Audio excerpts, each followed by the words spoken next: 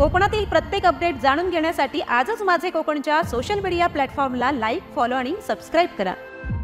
बिबट्याचं पिल्लू आईशिवाय आढळून आल्यास ते उचलून नेण्याची आवश्यकता नसते, तर उलट त्या पिल्लाच्या आईशी त्याच जागेवर पुनर्भेट घडवून आणणे अपेक्षित आहे। आई आणि पिल्लाची भेट झाली की नाही हे निश्चितपणे कळण्यासाठी पुनर्भेटीच्या ठिकाणी रात्रभर चालणाऱ्या कॅमेरा ट्रॅपची आवश्यकता असते, असे वन खात्याचेच म्हणणे असताना पुनस येथे 8 जून रोजी सापडलेल्या बिबट्याचे पिल्लू अद्यापही वन विभागाने आपल्याच ताब्यात ठेवले असल्याने आश्चर्य व्यक्त होत आहे।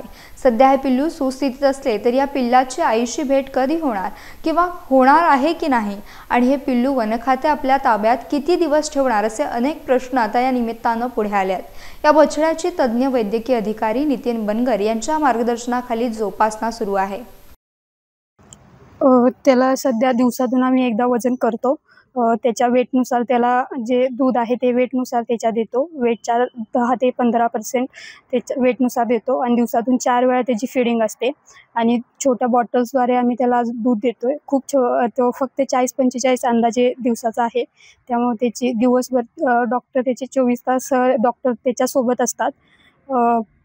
प्रत्येक फीडिंगचा प्रत्येक ह्याचा रिपोर्ट वगैरे आम्ही नोंद करून ठेवतो आणि त्याचं तापमान, टेम्परेचर वगैरे मेंटेन ठेवण्याचा प्रयत्न करत आहे।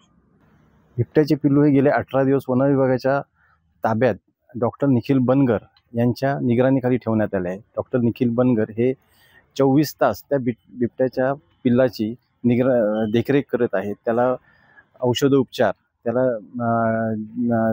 त्याला लागणारे औषधोपचार व सगळे व्यवस्थितरित्या देत असून आमचे कर्मचारी त्यांना त्यासाठी प्रयत्न करत आहेत, मदत करत आहेत।